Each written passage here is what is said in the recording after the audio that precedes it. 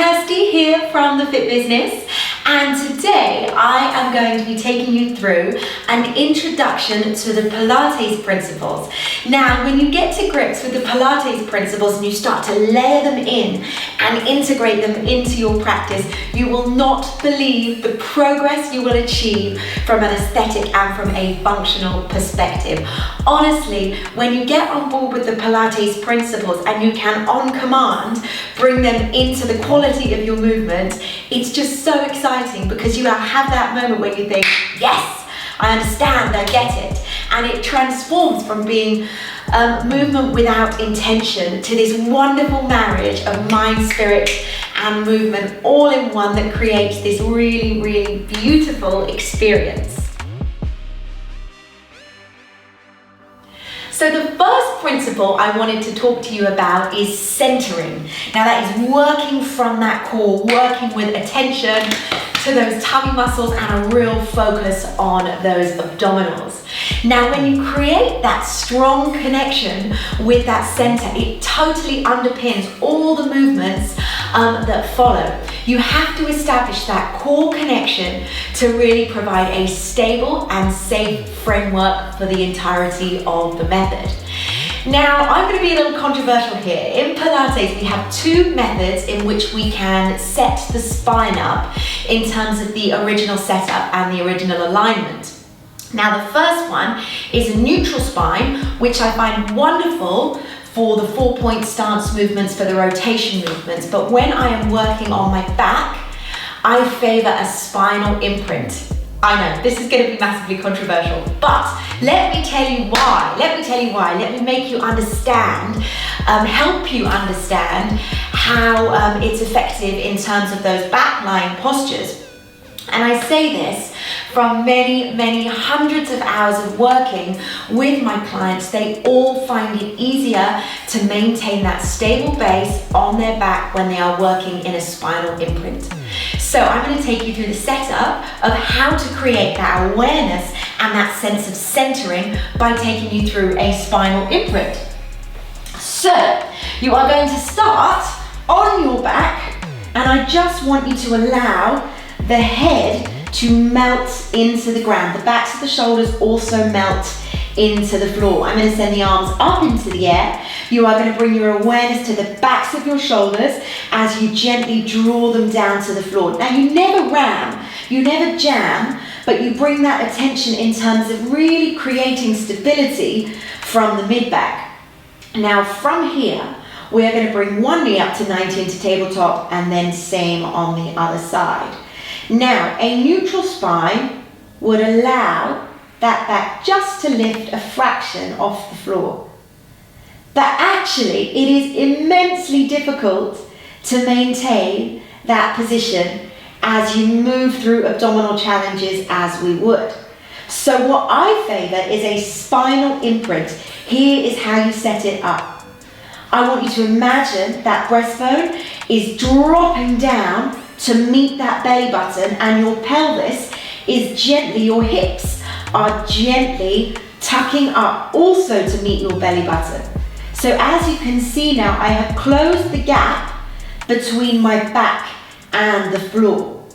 Now do not misunderstand me. I do not want you to jam your back down into the ground with all that intensity. I just want you almost to imagine that spine is magnetized to the earth beneath you, and you have just created this lovely sense of connection with the floor underneath.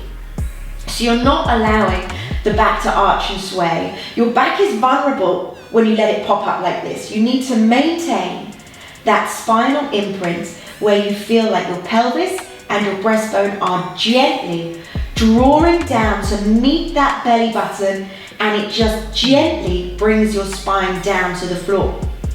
So to give you an example of an exercise we're going to use, what do you know, my favorite exercise, the dead bug. Opposite arm, opposite leg, extends away. Now as you can see, that spine is not lifting. In fact, I'm absolutely stable, particularly through the lower back. This is the area where people find it difficult to maintain that sense of abdominal control. So here I am mindful that I am connecting from my center. I am working with that focus and that intention through my midsection, really embracing the concept of centering, working from that midsection, working from the core and the center of my body. When you are finished the movement, you gently bring the feet back to the ground and then you come back to seating. So to show you a different way, pop your hands on your rib cage and pop your fingertips on the tops of your hips. Now what I want you to do is just imagine on the exhalation that you are shortening the space between those 2 points, between the top of the hip and the rib cage. You are shortening that space on the exhalation.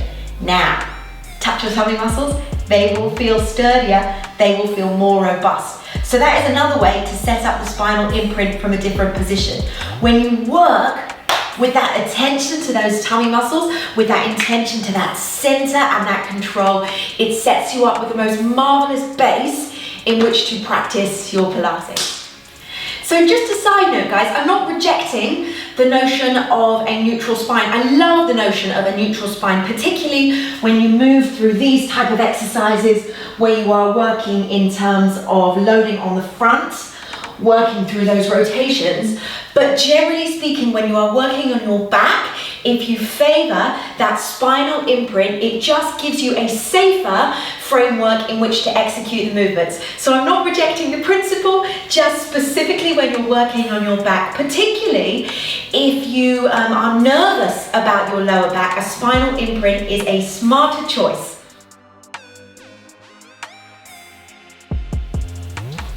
So the second principle I wanted to talk to you about is control.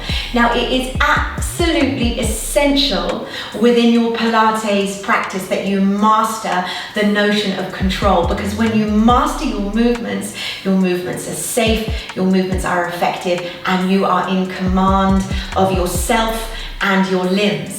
Now there are plenty of Pilates exercises that leave you really quite exposed if you are not paying attention and if you are not mastering your movement. So it's absolutely essential you grasp how important it is to be in control of your body, not to let those limbs flail and fly all over the place, because you're actually not being very responsible. So I'm going to show you an example of how you could execute control within a movement, and what do you know, it's another one of my favorites. We are going to do some bird dogs and we're going to set them up beautifully. So hands directly underneath shoulders, soft elbows, long spine, lifting the midsection, knees directly underneath those hippies. So I'm going to do a bad example first. So you can see, yes, I'm doing the movement, opposite arm, opposite leg, extends away, but I'm not concentrating, I'm not in control of my body. I could do this till probably next June, just keeping going.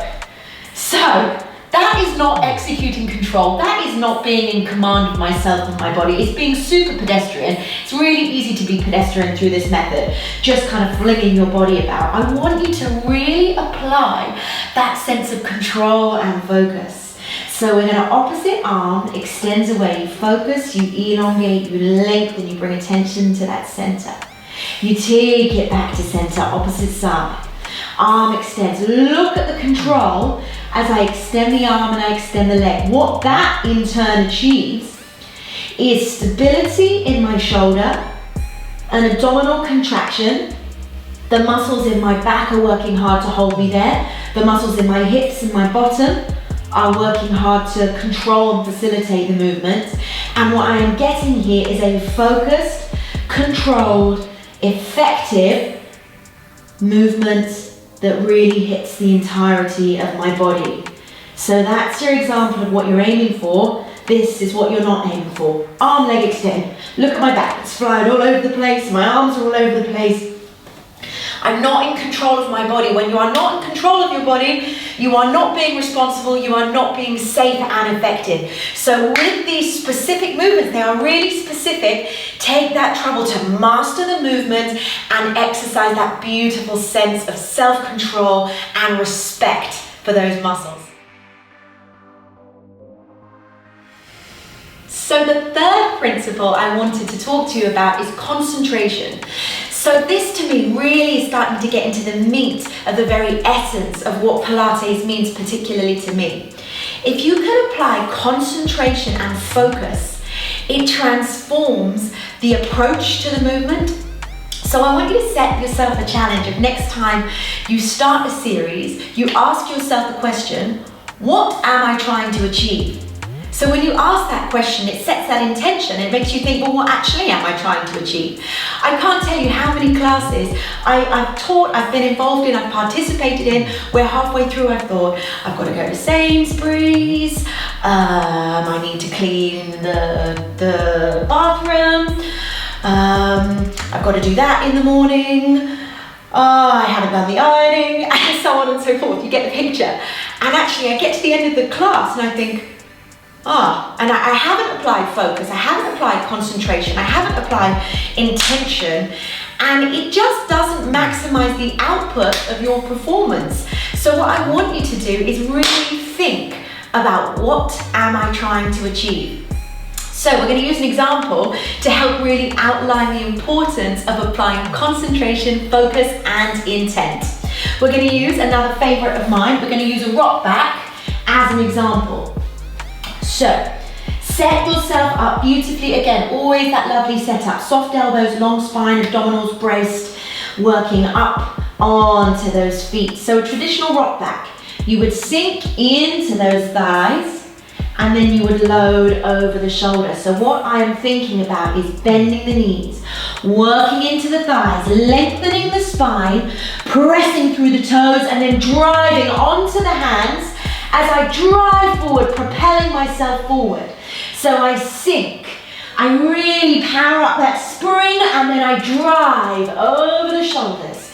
So the focus is loading through those legs, driving onto the shoulder, paying attention to the specificity of the instructions. You could do it on your knees as well. You sink into it, you focus on the spinal elongation, you drive onto those arms. So I am now applying massive amounts of concentration so that I really maximize the output of the movement.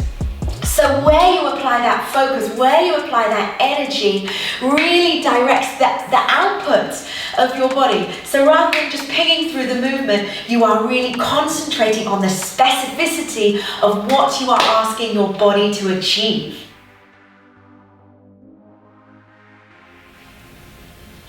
So the next principle I wanted to outline ties really nicely into everything we've discussed up to this point, and that is precision. Working with precision, working with specificity, because it actually really allows you to tailor the movement to be super specific to your requirements, your needs, and any injuries you may or may not be working around.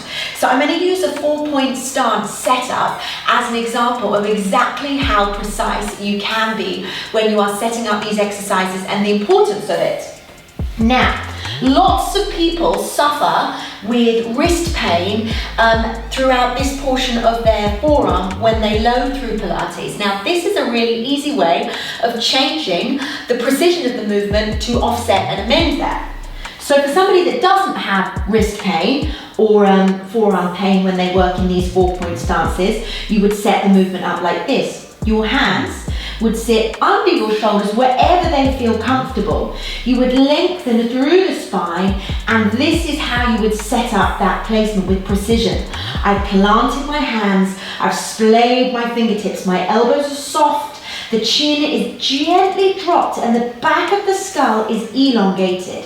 I have created a shelf across the back of my shoulder blades by really separating those shoulder blades, lifting the midsection and gently working into my glutes. Now that is how I would set up my placement. If I had wrist pain, I would gently sit back 2 or 3 inches. Now you can immediately see that rather than being loaded over the wrist, I've taken some of the weight off the wrist. Now that's an amazing way to deload through the wrists and take some of the pressure off. So the precision of your setup is you know where you would like to sit. If you've had a shoulder issue, if you've had any kind of surgical intervention along your arms, don't be alarmed if your hands don't comfortably sit evenly. One hand sits slightly further in front of the other. That might be your normal, that might be your setup that works for you. So I guess the point I'm trying to make is the precision in setting up the movements and executing the movements allows you to make it totally bespoke in terms of your body. So from here, my personal setup, planted, lengthened and extended, your precise setup might be 2 or 3 inches, half a foot further back. Your precise setup might mean I need a pillow under my knee, I need a jumper under my knee. Your precise setup might mean actually that's still too strong for me, so I'm going to work here as my setup, which as you can see is a much broader surface area than working on your hands. So the take home from the precision is work out what your personal biomechanics like and favor and have that self-confidence to execute with confidence and precision where you want to be throughout the movement.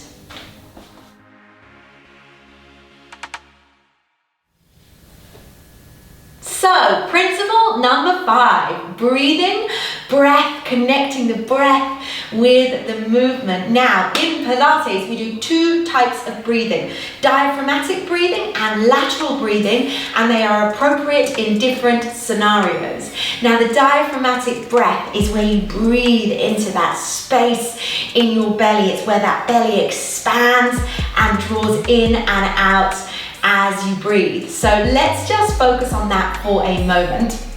Hands on your tummy. Really think about that spinal elongation, finding that height, finding that space through the spine. And I want you to focus on breathing in through the nose into the base of your center. You would inhale.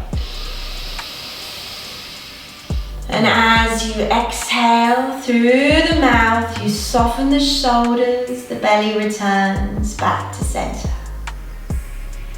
Inhale, feel that expansion, feel that lovely sense of breath filling up that space in your tummy. And as you exhale, shoulders drop, everything just returns to that mean, to that center. Super appropriate to help elicit a sense of relaxation, a sense of softening in the shoulders, in the face. Also really appropriate when you're working through your standing poses, when you are working through your poses where you are not on your back. When you are working on your back, we utilize a breath called lateral breathing, which is breathing into the back of the rib cage. This then allows you to maintain the focus on the centering, on the core, as you are working through those exercises on your back. Now, the best visual I can give you for lateral breathing is playing an accordion. So when you play the accordion, you pull out, the accordion expands out, and then it compresses back in. So I want you to use that visualization, and I want you to place your hands around the back of the rib cage.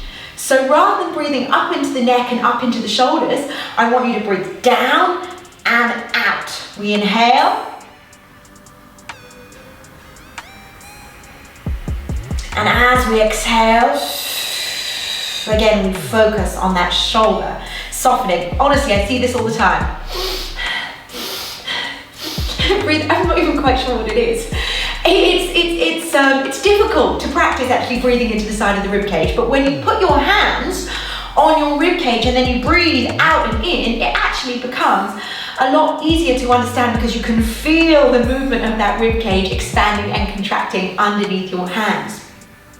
So an example of where we would use this lateral breathing is in a curl up, where you want to focus the intention on your center as you work through the movement. So you can really utilize breath to elicit a strong sense of focus. That is an integral part of the way I teach, using breath to facilitate focus. So let me show you, it's easier to show you. If I'm to bring myself up to my beautiful tabletop here with my arms extended, I'm going to bring the knees together, I'm going to flex my feet. I'm going to stretch overhead, inhaling, and as I exhale, I'm going to peel myself up off the mat. I'm going to reach past my bottom into my curl up, and then I'm going to bring it back down. So the exhalation here gives me real focus and intention in terms of bringing the attention to my center. Now, if I start to develop the movements, double leg extending away, still working in my spinal imprint, I may add, as I come down, as I exhale, that exhalation focuses that abdominal contraction to help me maintain control over my back. What I don't want to see is my back lifting and arching. I've lost control of my center, I've lost control of my breath. So instead, inhale on the prep, exhale on the effort to focus and stabilize those tummies, those spines, and really help bring about a sense of bringing that intention to your core. So the breath, as well as being the modality to get the oxygenated blood around your body, is there to help focus your intention. You breathe in the prep, you breathe out with intention, with an attention to that center, to really help assist you in the movement and assist you in that stabilization in that back and that rib cage. Really, a really important component of the whole method is managing to get to grips with that breath. The most common things I see are people breathing up into their shoulders, up into their ears. As soon as that happens, it throws off the alignment, it throws off the equilibrium. It works far too much into the neck and into the traps. You have to find that sense of softness in the face, softness in the shoulders, length in the spine, so that actually you can then execute the movements in harmony with that beautiful breath.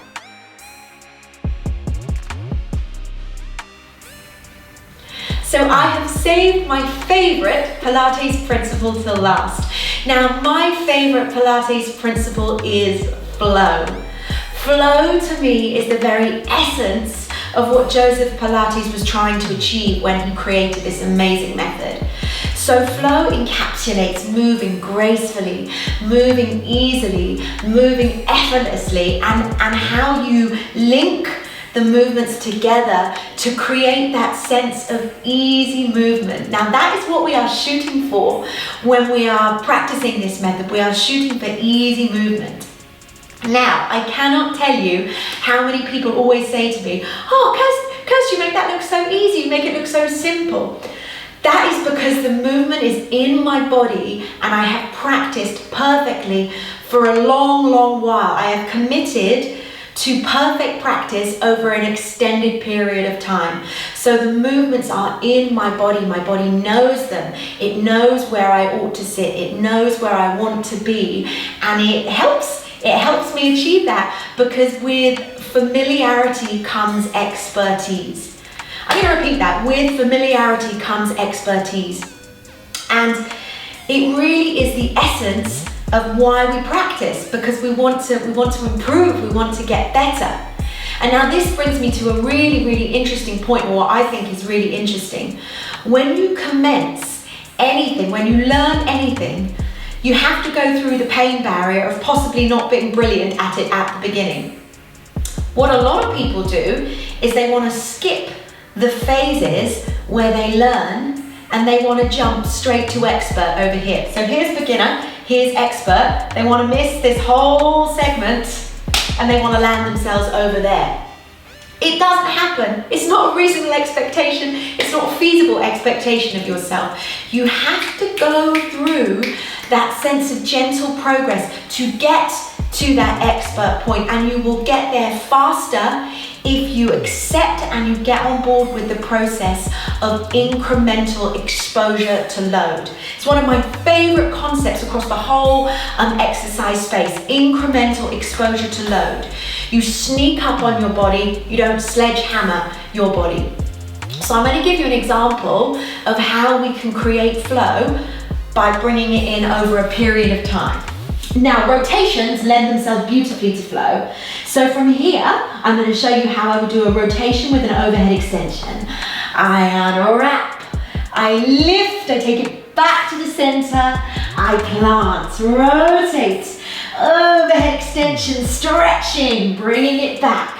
So knees rotate, pelvis rotates, torso comes with me. I reach and I stretch overhead, soft in the elbow, reaching up, not behind me, taking it back. One more, rotate, overhead, stretch, bringing it back to the center, and then gently and safely returning myself down to the mat. Now, I would argue that that's quite advanced. You are loading your entire body weight through one arm, you are integrating rotations, entire body rotations, and then you're bringing in the addition of a different type of movement. So, what I would hate to see is this, because it's not you're not learning anything good. So rather than hopping onto your feet, we would start by working on our knees. You are building capacity to tolerate load. Hands would come underneath, knees would come underneath. So instead of working on my toes, I initiate by driving with the back arm, rotating and lifting. I then elongate overhead whilst not having to load too strongly through the arm. I would reach back up and I would bring it back to the center. I would work the other way, rotate, overhead extension, bring it back to center and plant. You might even find that that's enough for you. That's where you want to work. You hold, you replace, you rotate, hips move with you. The whole series is the same. You might find that's too strong. You might find you just want to initiate that torso rotation by keeping your hand on your hip. And then we would come the other way. Rotate and plant. So the point I'm trying to make is that don't expect to jump straight here. Instead, here might be is where you commence. So in order to create effortless movement, easy movement, you have to learn how to move beautifully to begin with. So don't skip the process. The process is the fun part. Take the trouble to learn the movements beautifully from the beginning, and then you can develop them as you gain that understanding of where you are supposed to be in the place, in the space. When you understand and your strength develops and accelerates, then you can work onto your toes. Then you can work overarm with your overarm extension. But you have to trust that process is incremental and happens over a period of time. And the worst thing you can do is skip the learning and expect to jump straight to the expert, straight to the advanced content, because you are setting yourself up horribly for a fall. So the flow is where the movement becomes effortless. How you join those movements together, how you link everything so that you can work in harmony with the breath, work in harmony with the core, work with that attention to the control, the precision, and all of these beautiful principles that we've addressed. Because when you can start to integrate all of these principles together, the work becomes effortless and easy. Whenever I see anybody doing anything good, it looks easy. If you took me running the 100 meters sprints, I'm a slow twitch girl. You know, I'm going to be trying my absolute hardest. I'm going to be pumping my arms, I'm going to be pumping my legs, and I'm going to be slow. It's going to be ugly. It's going to be horrid. Because I'm not good at it. I'm not gifted at it. I've not practiced it. I've not applied myself. It doesn't interest me. And then you look at someone like Usain Bolt, that's chilled, that shoulders are soft, that face is soft, that is focused, but it looks easy, it looks effortless. You know, you see a quarterback throwing the ball, you watch Peyton Manning throw a football, it looks effortless. It doesn't look laborious, it doesn't look strained, it doesn't look muscled, it looks easy. Easy movement happens with practice over an extended period of time. And really, that's what I want you to take home from today's explanation and exploration of the Pilates principles. Set yourself reasonable expectations. Set yourself incremental goals that you can benchmark so that you work towards that beautiful marriage of breath, movement, and intention. Because that is what Joseph Pilates was trying to give us a manual to achieve. He was trying to explain to us, if you embrace these principles, then the movement will become easy, the progress will just accelerate, and the aesthetics will just be a beautiful byproduct of paying attention to these cornerstones of the modality. So I hope you enjoyed that. I hope you found it interesting, instructive, and there was some positive things that you can take away and layer into your practice. So guys, until I see you next time, please look after yourself, stay well and stay safe, and I will see you soon.